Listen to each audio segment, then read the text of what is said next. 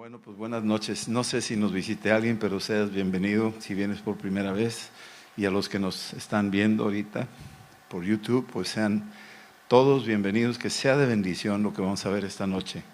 Y concluimos el estudio de José el día de hoy con el capítulo 50, donde la semana pasada veíamos cómo ya Jacob bendice a sus 12 hijos, profetiza sobre ellos, algunos más o menos bonitos y otros no tanto, pero a los 12 les da palabra, a los 12 deja como una señal profética que más adelante se cumple en la vida de ellos. Y yo quisiera nada más retomar un poco para continuar con el capítulo 50. En Génesis 49, del 28 al 33, quiero mencionar algunas cosas que eso nos va a ayudar a conectar con lo que vamos a ver esta noche. Dice ahí en el versículo 28 de Génesis 49, todos estos fueron las 12 tribus de Israel. Y esto fue lo que su padre, Jacob, les dijo al bendecirlos. A cada uno por su bendición los bendijo. Les mandó luego y les dijo: yo voy a ser reunido con mi pueblo. Sepultadme con mis padres en la cueva que está en el campo de Efrón, el Eteo, en la cueva que está ahí en el campo de Macpela, al oriente de Mamre, en la tierra de Canaán. Muy importante eso. La cual compró, subráyalo, ¿sí? Aquí está empezando a hablar Jacob diciendo una última instrucción de cómo quiere su funeral y cómo quiere que se le sepulte. Él está dejando las últimas instrucciones. Creo que debemos de aprender un poquito de, tal vez ustedes digan, no, estoy muy joven para pensar en eso, pero sí vale la pena que dejemos algunas instrucciones cuando se va aproximando el día de cómo quisieras tú tu funeral. Si es con mariachis o sin mariachis, o sea, tú sabes. O sea, lo digo así en forma de broma, ¿verdad? Pero hay que ser un poquito de previsor. Y aquí está diciendo este hombre lo que él desea. Quiere sepultar su cuerpo ahí junto a la de sus padres. Hay algo muy fuerte ahí, hay un lazo de honra. Es como hermanarse y decir: yo aquí en la tierra me acuesto al lado de mis padres, pero sé que allá en el cielo estaré junto con ellos, ¿sí? Es algo que dice ahí. Dice el campo de Macpela, que significa el de las parejas, la cueva de Macpela, ¿no? Pero es importante ver que dice ahí, lo compró Abraham. Y podríamos decir que este es el primer contrato legítimo de compra o de adquisición de lo que hoy es Israel. Fue el primer sector o el primer territorio que compró, en este caso Abraham, lo compró. Estaba en el funeral de su esposa, Sara, y cuando él estaba ahí lamentando y llorando, y le dicen: pues tranquilo, no te preocupes, aquí la puedes sepultar. Dijo: no, pero es prestado, yo quiero algo propio. No, hombre, ¿qué puedes pedir por eso, hombre? Dame cualquier cosa. Y le dio cualquier cosa, le pagó una cuenta ahí, y legalmente tenemos un registro de hace más de 3,000 años, 3,500 años, donde Abraham compró legalmente, en un funeral hizo un negocio. O sea, ese hombre no brincaba sin guarache. Y entonces ahí compra la primera porción de tierra de lo que hoy conocemos como Israel, ¿sí? Y bueno, ahí sepultaron a Abraham, el primer patriarca, y a Sara, su mujer. Ahí sepultaron a Isaac, el segundo patriarca, y a Rebeca, su mujer. Y ahí también sepulté yo a Lea. O sea, aquí está hablando Jacob. Ahí sepulté yo a Lea. Él realmente amaba pues a Raquel, pero a Raquel la enterró en otra parte, cuando le tocó el embarazo y murió por ello, allá cerca de Éfrata. Pero aquí Lea la sepultó también ahí. Y como fue su primera mujer, pues ahí decidió también que quiere que pongan su cuerpo al lado de ella, ¿sí? Y bien, dice que cuando acabó Jacob de dar mandamientos a sus hijos, encogió sus pies. Cuando Rafa lo dijo, me gustó mucho, porque esa es una posición fetal, es muy interesante. Encogió sus pies en la cama y expiró, y fue reunido con sus padres. Y esta posición fetal que él se encoge y hace así, me viene a la mente como que está por nacer una nueva generación. Él muere, pero ahora viene una generación nueva, dando a entender, es como una posición fetal, que el bebito antes de nacer está en esa posición y está casi listo para ese nacimiento. Algo que viene, algo fuerte viene. Y algo interesante es en Génesis 28:12, donde habla de lo que pidió Jacob. Él quería que no lo enterraran, ahorita lo vamos a ver, en Egipto. Él quería que lo enterraran en Canaán. Pero es interesante que años antes, en el capítulo 28, versículo 12, Jacob soñó. Y el mensaje de ahorita es 2 sueños cumplidos. 2 sueños cumplidos. Jacob era un soñador también, igual que su hijo José. Y aquí dice que soñó. Y soñó una escalera que estaba apoyada en la tierra, y su extremo tocaba en el cielo, y aquí ángeles de Dios que subían y descendían por ella. Y aquí el Señor, dice ahí, versículo 13, el Señor estaba en lo alto de ella, el cual le dijo: yo soy Jehová, el Dios de Abraham, tu padre, el Dios de Isaac, y la tierra en que estás acostado te daré a ti y a tu descendencia. ¿Dónde estaba acostado? En Canaán. Ahí estaba acostado. Y Dios en el sueño le dijo: aquí donde estás dormido, aquí te la voy a dar por herencia. ¿Sabes qué pasó? Ahí lo sepultaron, en la tierra de Canaán. Es algo tremendo, profético, cómo Dios habla y desde antes ya tiene programada la señal, el lugar donde él tenía para Jacob en este caso. Y le dijo: ahí donde estás acostado, sí, esa tierra te la daré. Y ahora está casi a punto de morir Jacob y dice: quiero que me regresen allá.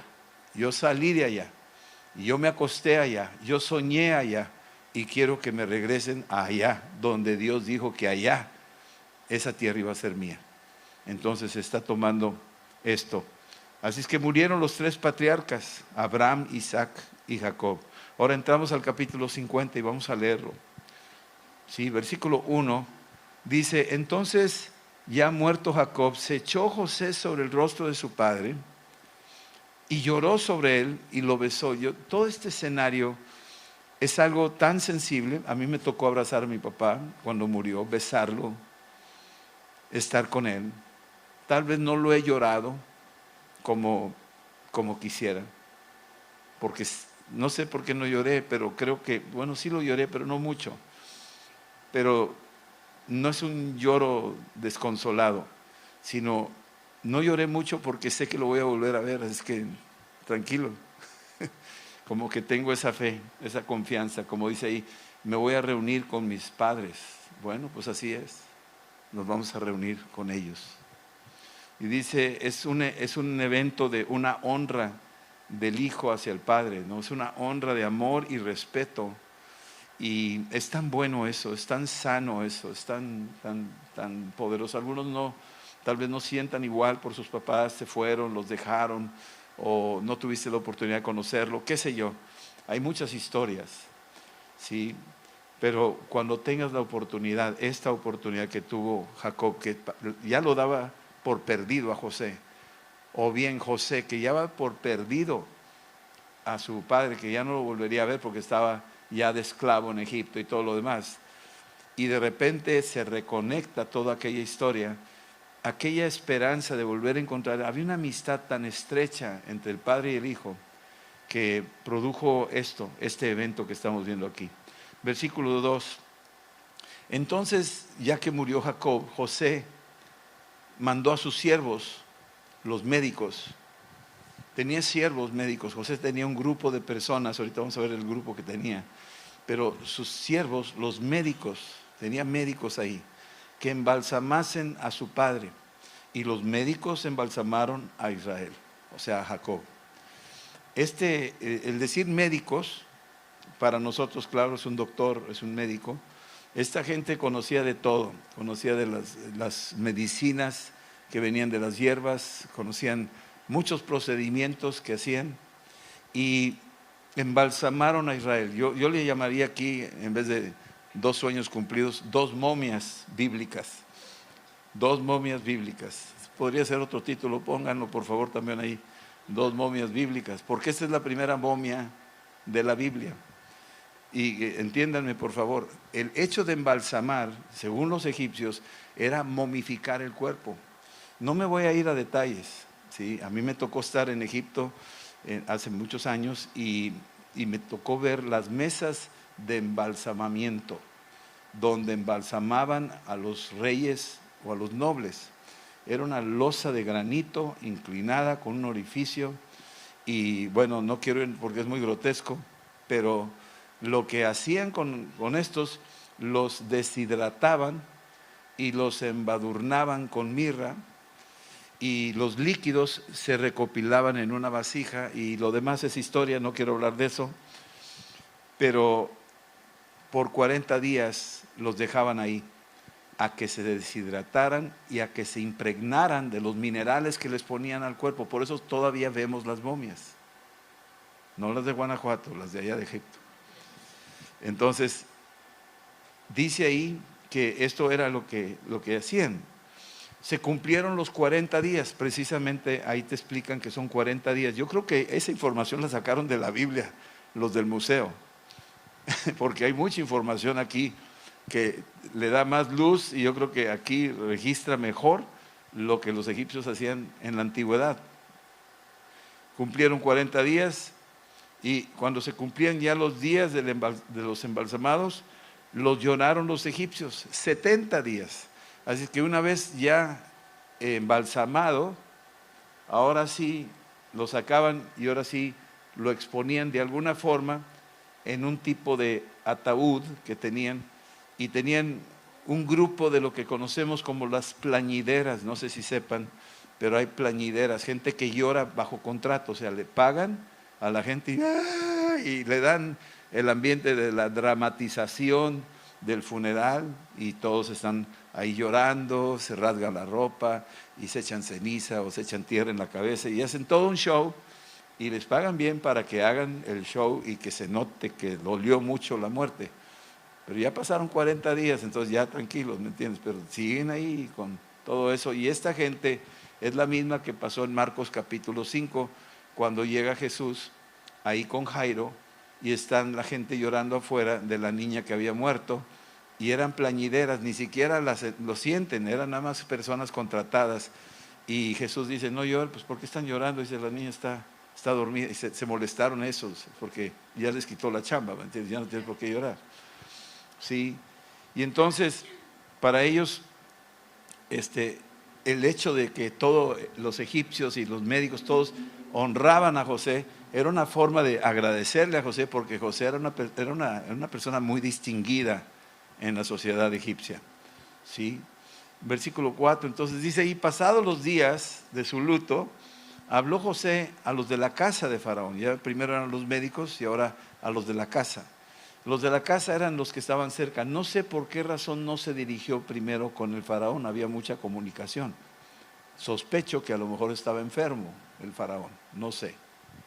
Pero le manda decir, si he hallado ahora gracia en vuestros ojos, os ruego que habléis en oídos de Faraón y que le digan, mi padre me hizo jurar, diciendo, he aquí yo voy a morir en el sepulcro que cavé para mí en la tierra de Canaán. Ahí me sepultarás. Noten que Jacob ya había preparado su sepulcro antes de salir de Egipto. O sea, es un hombre previsor.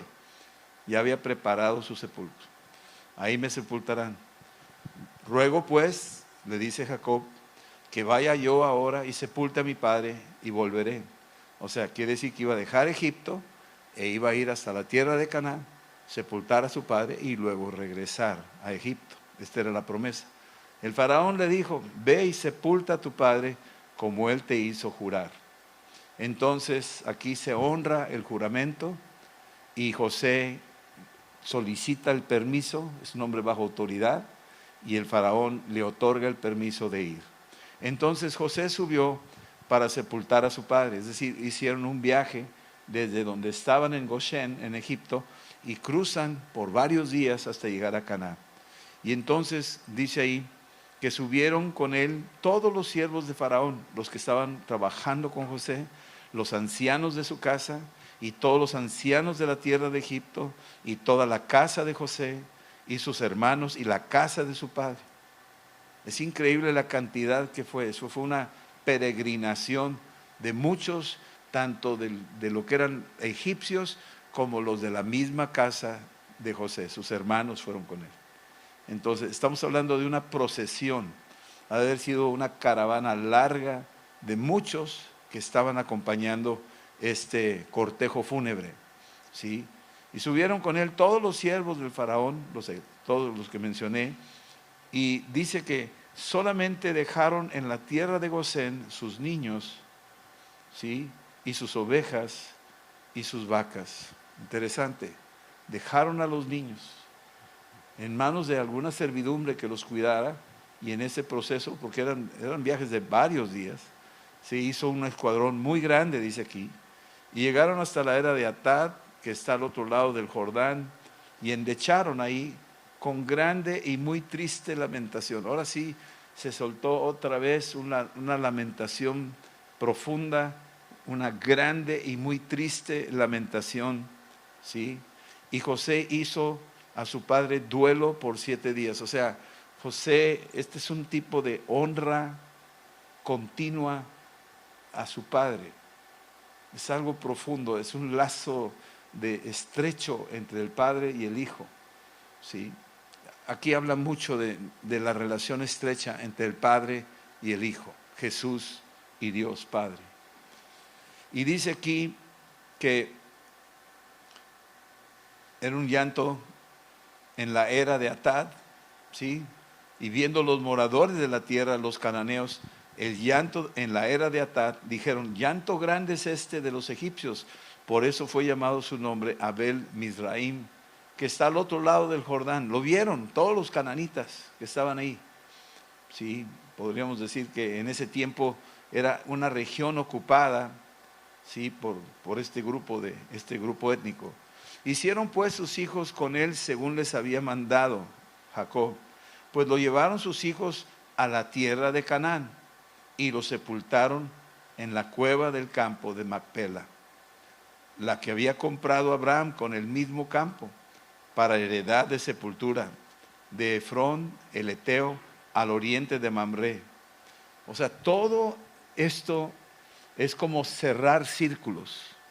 Está ahí Abraham sepultado, está Rebeca, está Isaac y Rebeca, está Sara, perdón, ahí con Abraham, y está ahora Lea, y está llegando ahora Jacob, y todo este territorio lo habían adquirido ellos, legítimamente hablando, y entonces respetaban esa heredad. Y dice ahí que en ese mismo campo, para heredad de sepultura de Efrón el Eteo, al oriente de Mamre. Y volvió José, después de hacer todo el procedimiento de la sepultura, sepultan a esa momia, con todo respeto lo digo, pero sepultan el cuerpo de Jacob en un sarcófago que nosotros le llamaríamos un ataúd, y ahí lo sepultan.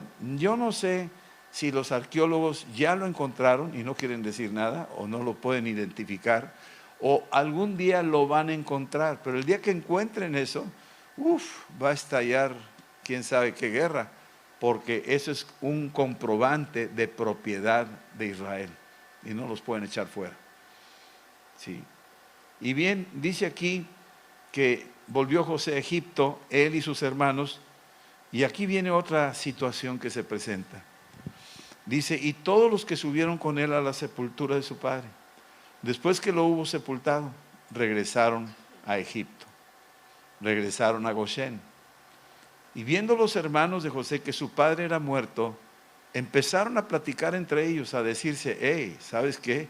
Quizás nos va a aborrecer José. O sea, ellos, la conciencia de ellos, la cuenta pendiente, que todos pudiéramos sentir que tengo una cuenta pendiente, y me la van a cobrar, estaba operando en los hermanos de José. Algo que le habían hecho en el pasado, algo que ya José les había perdonado en algún momento dado. Ellos no creyeron en ese primer perdón, porque cuando José se les reveló a ellos y les dijo, yo soy José, se asustaron todos y se arrepintieron. Y todos, ¿qué va a hacer con nosotros? Y él dice, no, tranquilos, Dios para bien nos trajo hasta acá. Dios tenía un plan, ustedes tranquilos, no va a pasar nada. Y los respetó con mucho amor. Pero ahora que muere Jacob, que podría haber sido como un freno de tranquilizar a José y que no reaccionara violentamente contra ellos, ahora se muere Jacob. Y ahora dicen, ahora sí se va a soltar la furia, se va a dejar venir con todo, nos va a cobrar la cuenta de lo que le hicimos cuando lo tiramos ahí en la cisterna y lo vendimos a los ismaelitas y pensábamos matarlo. Híjole, dice, y quizás nos aborrecerá José y nos dará el pago de todo el mal que le hicimos. Y enviaron a decir a José, o sea, ni ganas de verlo, ¿verdad? Tu padre mandó antes de su muerte diciendo, así diréis a José. O sea, hicieron todo un plan, todo un rollo, todo un engaño para tratar de calmar a José. Inventaron toda una historia donde están diciendo, tu padre, ¿verdad? Sí. Así diréis a José, te ruego que perdones ahora la maldad de tus hermanos y su pecado, porque mal te trataron. Por tanto, ahora te rogamos que perdones la maldad. O sea, papá dijo que nos perdonaras. No había cámaras, ni grabadoras, ni nada. Y estás echando un rollo ahí. Porque, por tanto, ahora te rogamos que perdones la maldad de los cielos del Dios de tu padre. Y José los oye. Y yo creo que dice, pues, ¿qué les pasa? Yo no soy como ustedes. Ya los perdoné. Y ese es el temor que muchos cristianos tienen cuando se han arrepentido y le piden perdón a Dios, pero todavía queda la idea de que a lo mejor no me perdonó. ¿Sí me explicó? Hay esa idea de que es que lo que yo hice, hijo, no tiene nombre. A lo mejor no me perdonó. Pero tú ya confesaste tu pecado delante del Señor. Abogado tenemos para con el Padre. Y Él ya dice, he cubierto tu pecado. He pagado por tu pecado. No menosprecies lo que yo ya hice por tu pecado. Pero hay gente que vive todavía, aun cuando cristiana, bautizada y ora en lenguas, vive bajo culpa y condenación. Vive con un rincón de media sospecha, media duda, media, híjole, ¿cómo irá? ¿Cómo me irá el día que me encuentre con el Señor? ¿Cómo me irá? Pues sí, está bien que tengas temor y temblor en ese día del encuentro, porque todos vamos a comparecer. Pero tampoco vamos a ser cínicos y decir, no, pues ya me perdonó, no pasa nada, me voy a encontrar con él. Hola, ¿qué tal? ¿Cómo estás? No. La Escritura me dice que entremos confiadamente con temor, ¿verdad? Entremos confiadamente ante el trono de la gracia. Ese confiadamente incluye un cierto sentir de respeto y de estar delante de un glorioso Dios que ya te perdonó. ¿Sí me explico? Jesús decía, ¿dónde están tus acusadores? Y ellos decían, no tengo ningún acusador. Pues vete en paz, ni yo te acuso. Ya está resuelto. Sí, perdona la maldad de los siervos del Dios de tu Padre. Y José lloró mientras hablaban, y vinieron también sus hermanos y se postraron delante de él. Ahí está el cumplimiento del segundo sueño. Por eso se llama 2 sueños cumplidos. El primer sueño fue el de Jacob, que soñó que estaba ahí acostado en la tierra y que oyó una voz que le dijo, esta tierra donde estás acostado es tuya, vas a volver, te la doy. Y se cumplió. Cuando murió, fue enterrado en esa tierra. Era de ellos. La compró Abraham, su abuelo. Es tuya esa tierra. Ese sueño era un sueño verdadero que venía de Dios.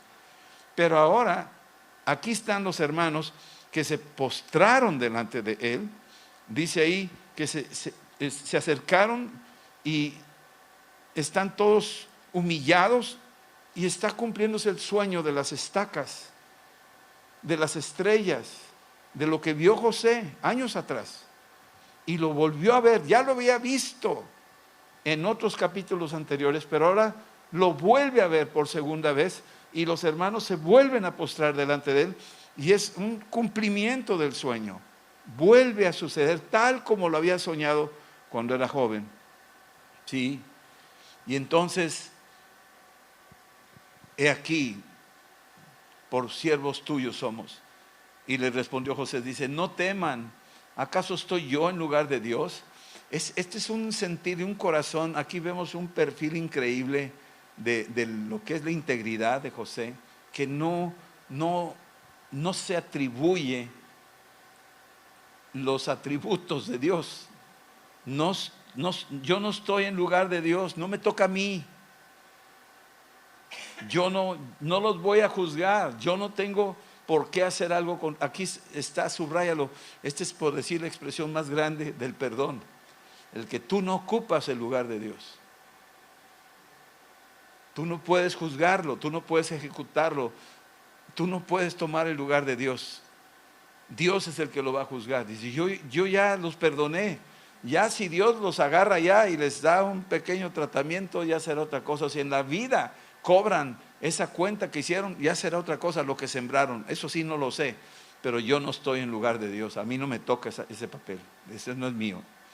¿Sí? Vosotros pensaron hacerme mal contra mí, pero Dios lo encaminó para bien.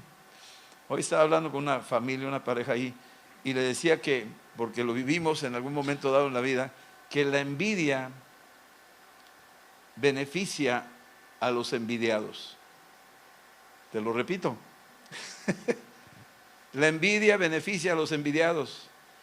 Cuando alguien te tiene envidia, el que te tiene envidia, lo único que está generando es un beneficio a tu favor. Algo, y ¿por qué? Porque le va a calar más al envidioso. Eso fue lo que le pasó a José. Le tenían envidia por su manto. Le tenían envidia porque decía los sueños. Le tenían envidia y lo querían matar. Y cuanto más lo envidiaban, más lo bendijo Dios. Al punto donde tenían que pedirle los envidiosos favores a José. Así es que guarda la segunda de Rodolfo, no sé qué. La envidia beneficia a los envidiados. Sí. Dios lo encaminó para bien, para hacer lo que vemos hoy, para mantener en vida a mucho pueblo. Imagínate lo que está diciendo José. Lo que Dios hizo, ustedes ni saben lo que pasó. Si tú lo analizas, ¿qué hubiera pasado? No, piénsalo. ¿Qué hubiera pasado si matan a José? Olvídate que lo venden. Que matan a José. No llega a la casa de Potifar. No llega a la recámara de la esposa de Potifar. No llega a la calumnia de la esposa de Potifar. Y no llega a la cárcel. Y no llega a conocer a los dos, al panadero y al del vino. Y luego no llega a la corte del faraón. Y luego no llega a interpretarle los sueños del faraón. Y luego no llega a la estrategia para juntar alimentos donde millones se podrían haber salvado y se hubieran muerto miles de egipcios y miles de personas y toda su familia se hubiera muerto. Porque venía un hambre terrible. Se hubieran muerto todas las tribus de Israel. O se hubieran emparejado ahí, todos se hubieran vendido y se hubiera perdido la ruta del Mesías. ¿Qué hubiera pasado si matan a José? ¿Te das cuenta un proyecto que traía Dios tan grande? Maravilloso. Sí. No tengan miedo, yo los voy a sustentar. Y a sus hijos también. Wow, o sea, qué misericordioso, ¿no? Así los consoló y les habló al corazón. Y habitó José en Egipto, él y la casa de su padre. Todas las tribus estaban ahí en Egipto. Todos los que trajo aquella vez. ¿Sí? Y esta es la forma en que a veces no entendemos la manera que repercuten las cosas de la vida, los pequeños incidentes que van moviéndonos en una dirección que a veces no entendemos por qué pasan esas cosas. A veces son desagradables, a veces son difíciles de entender, a veces las tratamos de analizar racionalmente o teológicamente y no me cuadra y no lo entiendo y por qué pasa, o sea, ¿dónde está Dios en todo esto? Pero si tú te empiezas a dar cuenta, este ejemplo es como entender a Jesús. O sea, ¿por qué vino al mundo? ¿Por qué hizo este diseño que tiene que venir? ¿Por qué tenía que morir? Vamos. ¿Por qué tenía que morir de esa manera? O sea, hubiera sido tan fácil, borrón y cuenta nueva, explota el planeta, hace otro nuevo y se acabó. O sea, algo así, ¿no? O sea, uno es muy práctico, ¿no? Es como que no entendemos por qué tanta complicación. Pero no es complicación, es un proyecto y es bueno y nos conviene. Entonces esto es parte del proyecto de Dios. Pase lo que pase, suceda lo que suceda, está dentro de un proyecto. No estoy hablando de fatalismo ni predestinación, estoy hablando de un proyecto de vida que escapa a nuestra capacidad de comprensión. No lograremos entenderlo hasta aquel día que estemos delante de Él. Cuando estemos delante de Él, entenderemos muchas cosas. Los discípulos que seguían a Jesús decían, ahora entendemos. Y Jesús se molestó, ¿ahora entienden? Hasta ahora entienden. ¿Cómo? No entendían. Eso es el misterio de la soberanía de nuestro Dios. Y entonces, esto es lo que pasó. Y así los consoló y les habló el corazón, y habitó José en Egipto, él y la casa de su padre. Y vivió José 110 años. 110 años. Pasaron los años después de la muerte de su padre Jacob. Estando ahí en Egipto, ya lleva un buen trecho, podríamos decir casi 90 años, viviendo en Egipto, ya echando raíces ahí, ya se casó con una egipcia, ya tiene hijos, ya tiene nietos, Efraín, Manasés, ya echó raíces. Y el pueblo de Israel que llegó, los hermanos, la familia que llegó, también echaron raíces ahí. Porque acuérdense que cuando tendría unos 30 y tantos años, fue lo de la hambruna, y de ahí en adelante llegaron sus hermanos. Es que estamos hablando que los hermanos se quedaron 70 años aproximadamente ahí.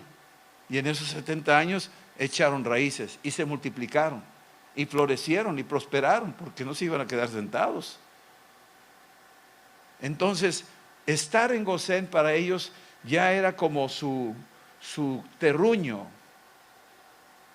Y ya está listo José, de 110 años, ya está entrado en edad. Y entonces ahora José empieza a preparar su funeral también.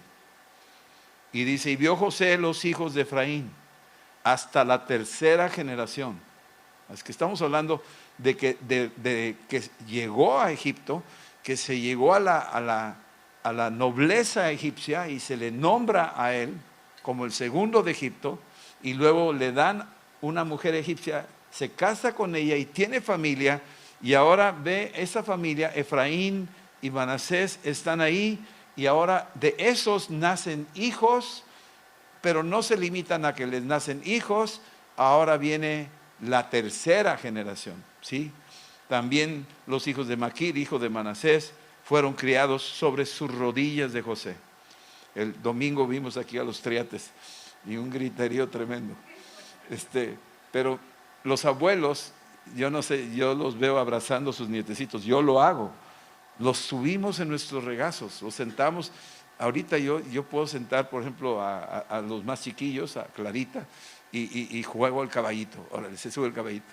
Y ese tipo de conexión del padre o del abuelo o del bisabuelo con los nietos, y los nietos están recibiendo más que un juego, están recibiendo un impacto de formación en ellos. Hay una conexión familiar. Yo quiero que veamos este mensaje, de veras debe de hacernos pensar en el valor de la familia, la riqueza de la familia. Tal vez no haya sido así en tu vida, pero quiero decirte, este es el ejemplo. Dios está dejando algo, un mensaje de cómo José tenía toda la gracia de poder invertir tiempo con su papá, con su esposa, con sus hijos, con sus nietos y sus bisnietos. Él estaba conectado y tenía muchas actividades. Era un hombre responsable, era un hombre que tenía muchos compromisos. Tenía que supervisar Egipto. Él era el segundo de Egipto. Y además tenía tiempo para la familia. Eso es algo loable, algo muy bonito. Y José le dice a sus hermanos, yo voy a morir, Todos nos vamos a morir, ¿sí? Pero Dios ciertamente os visitará. Me encanta. Aquí empieza a profetizar.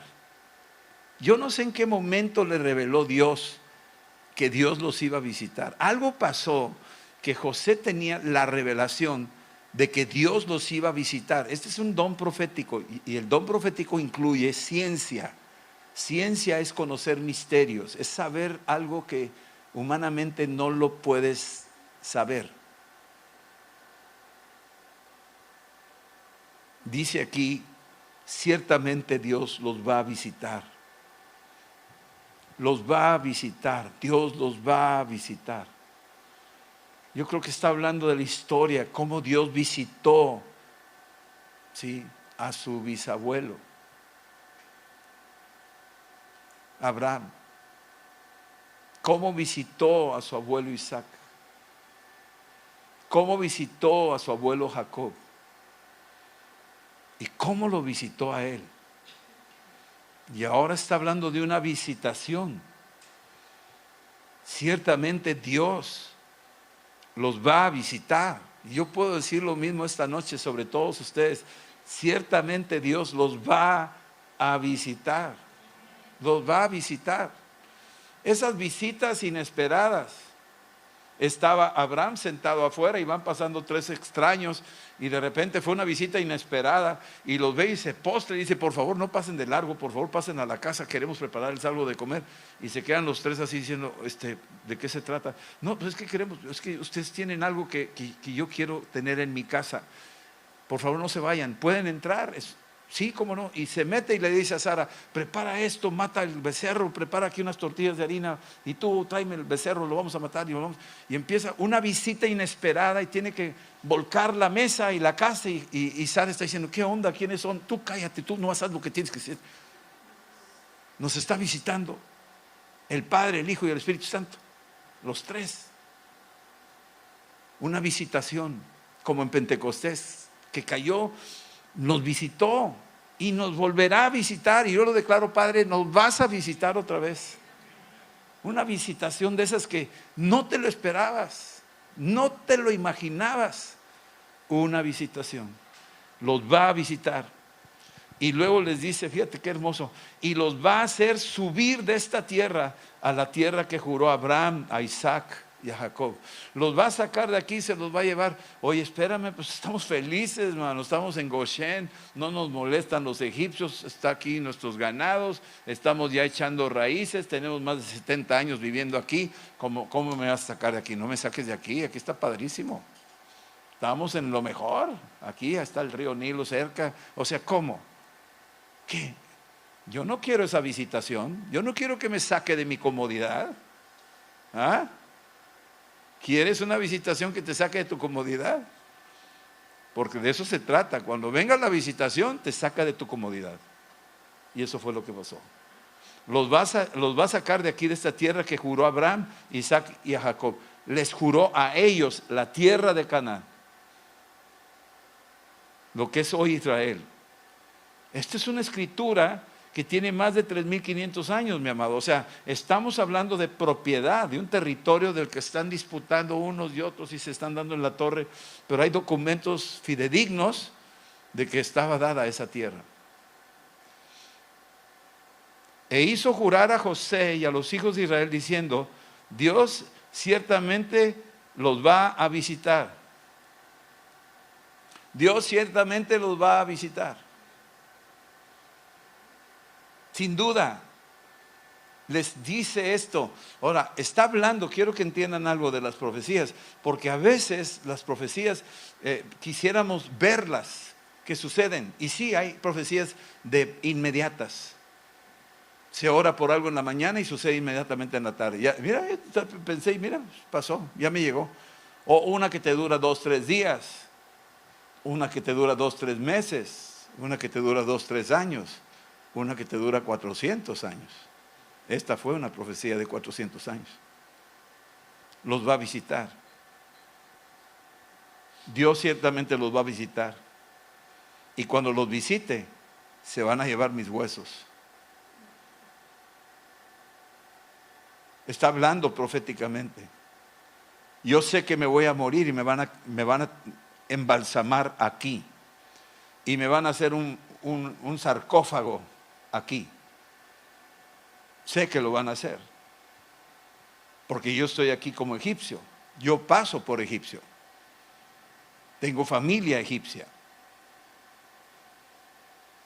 Cuando Él venga a visitarnos, lo único que les pido es que cuando se vayan de aquí, no se olviden de mí y me lleven con ustedes, como si estuviera vivo. Qué increíble.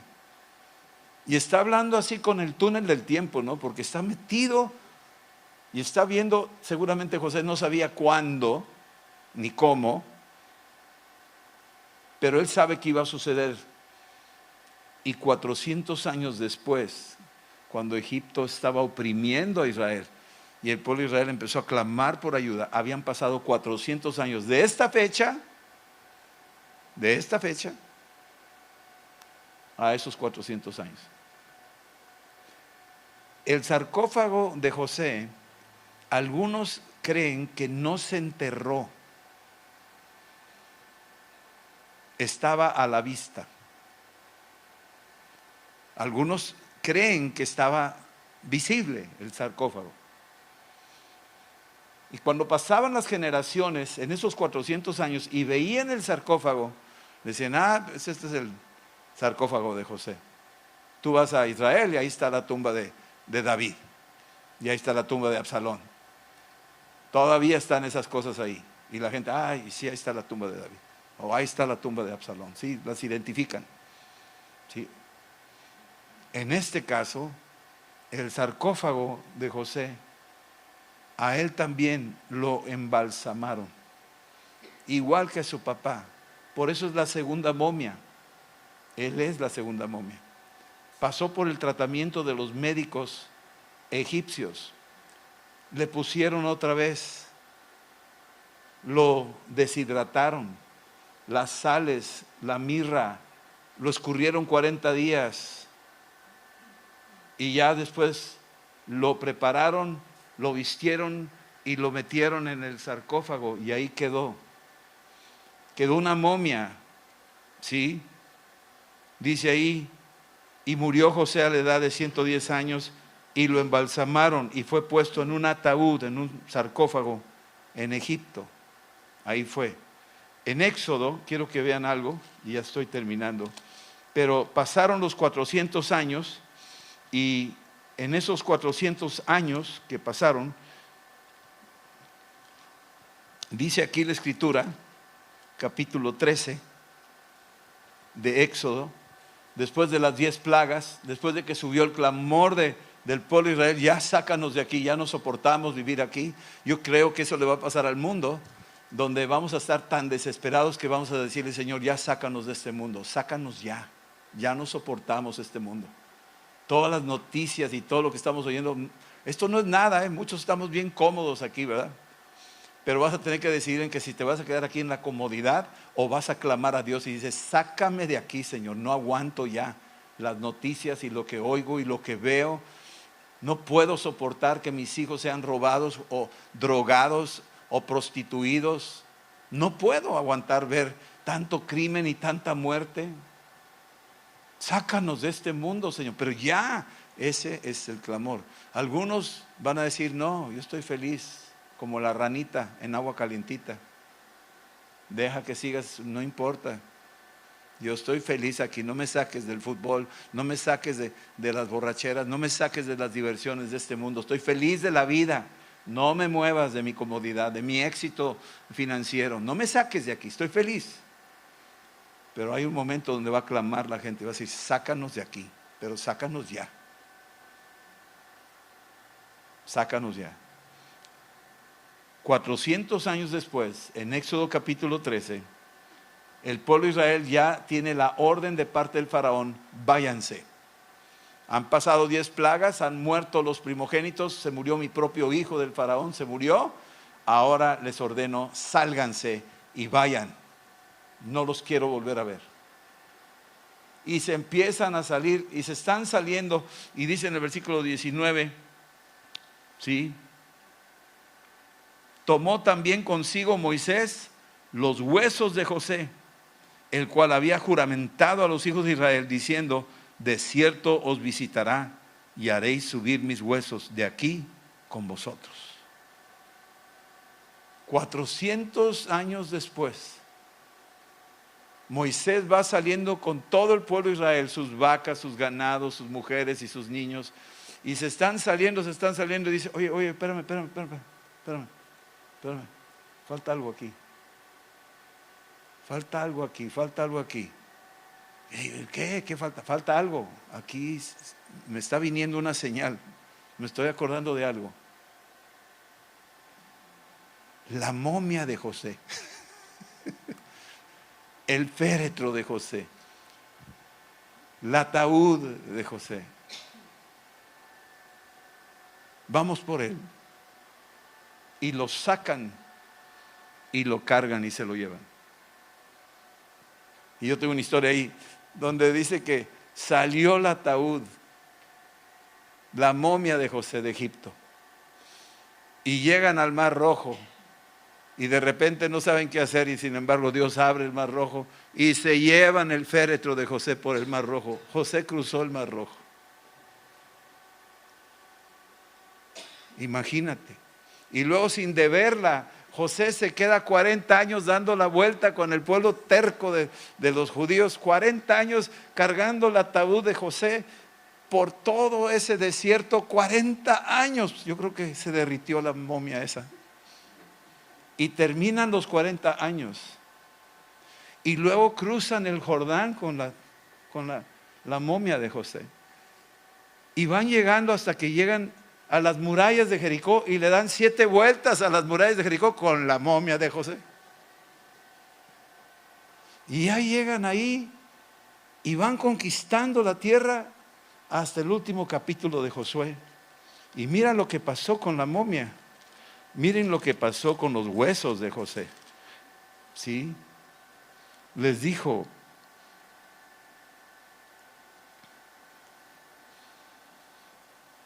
versículo 31. Y sirvió Israel al Señor, capítulo 24, versículo 31.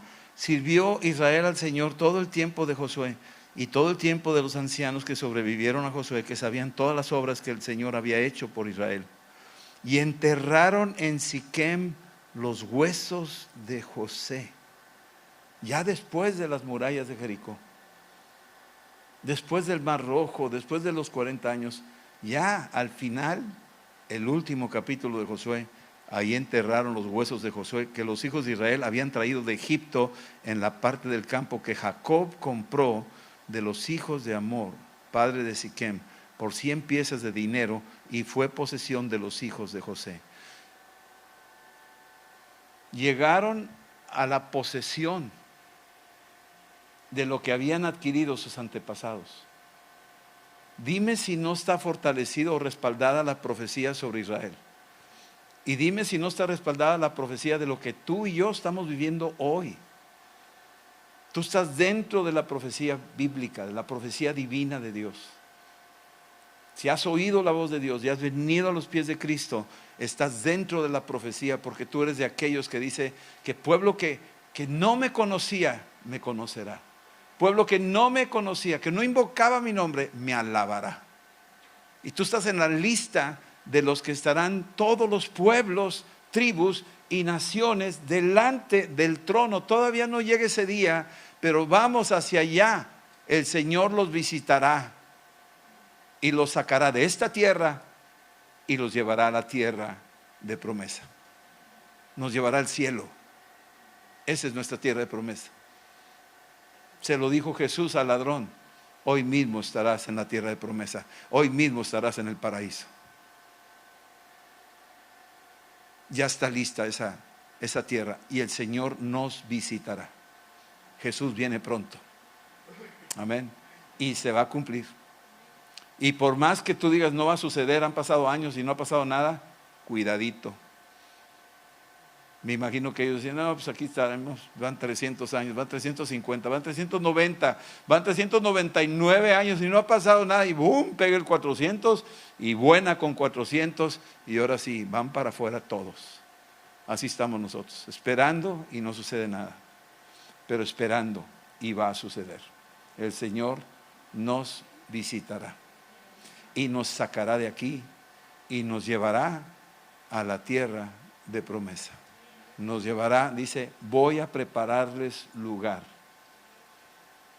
para que donde yo esté, ustedes también estén conmigo.